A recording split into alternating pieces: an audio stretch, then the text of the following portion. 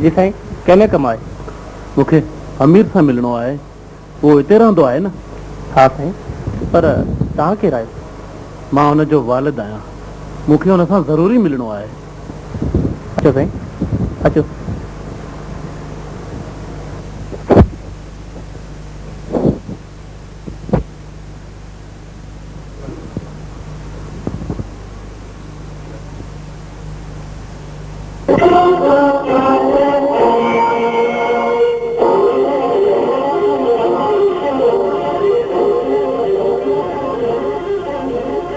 अॼु वॾा पेर कया अथव भाउ। सिकंदर तूं?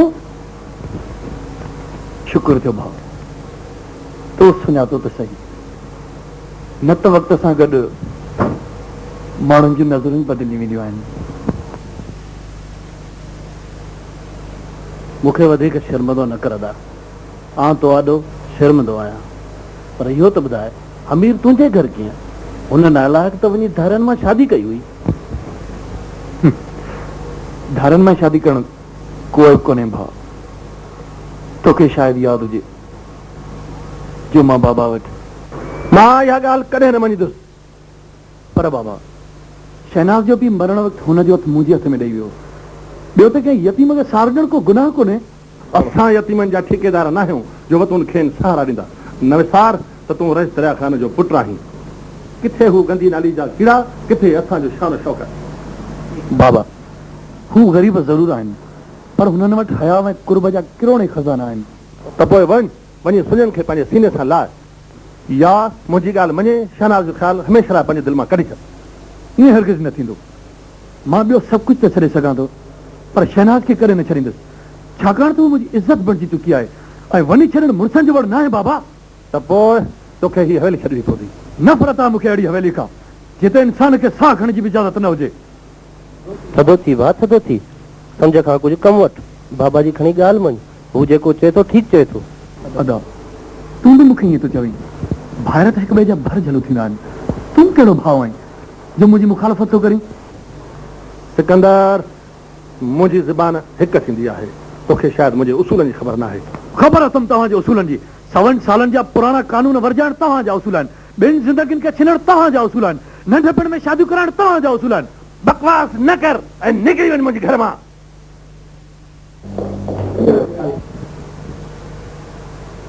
बसि अदा, असांजे इन्हनि ॻाल्हियुनि जे करे हिक ॿिए में केॾी न विथी पइजी वई आहे। अमीर बि मूंखां ईअं ई कावड़जी वियो। जेकॾहिं हू एॾो जज़्बाती न थिया त जेके रोशीअ खे एॾी ॾिसणा न पवनि हा। छो भाउ, रोशीअ खे छा थियो आहे? हू ख़ुशि त आहे न? अदा, हूअ वीचारी त ज़िंदगी ऐं मौत जे ॿिवाटे ते फटकी रही आहे। हुनजो साह त हमीर में अटकियल आहे। हमीर किथे आहे? पुट हमीर, तोखे ख़ुदा आंदो, मां अॼु तो आॾो हिकु पीउ न पर हिकु साली बणिजी आयो आहियां। मुंहिंजी झोली त ख़ाली आहे बाबा, मां अव्हां खे छा थो ॾेई सघां? मां तोखां पंहिंजे लाइ कुझु बि घुरण न आयो आहियां। मां त रोशीअ जी ज़िंदगीअ जी ख़ैरात वठण आयो आहियां, जेका ज़िंदगीअ जे आख़िरी पसाहनि में बि तोखे सारे रही आहे। मुंहिंजो रोशी सां को रिश्तो कोन्हे बाबा। बराबरि तूं हुन सां सभु रिश्ता टोड़े छॾिया, पर पोइ बि हुनजे चपनि ते सिर्फ़ु तुंहिंजो नालो आहे। तुंहिंजो घर छॾे वञण खां वठी अॼु ताईं हुनजे मुख ते कॾहिं बि मुर्क न आई आहे। तोखां जेकॾहिं ॿियो कुझु बि नथो पुॼे त घटि में घटि हली हुनखे आथत त ॾे। हुन तोसां मशरकी औरत जहिड़ो प्यारु कयो आहे, जेका अंदर में कुंभर जे आवीअ जा सड़ी पची सिर्फ़ु हमीर हमीर करे रही आहे। हुनजे मुहबत जी इंतिहा त ॾिस पुट, इंतिहा त ॾिस। मां तो ॾाढो ॿाहूं थो ॿधा, ख़ुदा जे वास्ते मुंहिंजी रोशीअ जी ज़िंदगी बचा, न त उहा मरी वेंदी, न त उहा मरी वेंदी।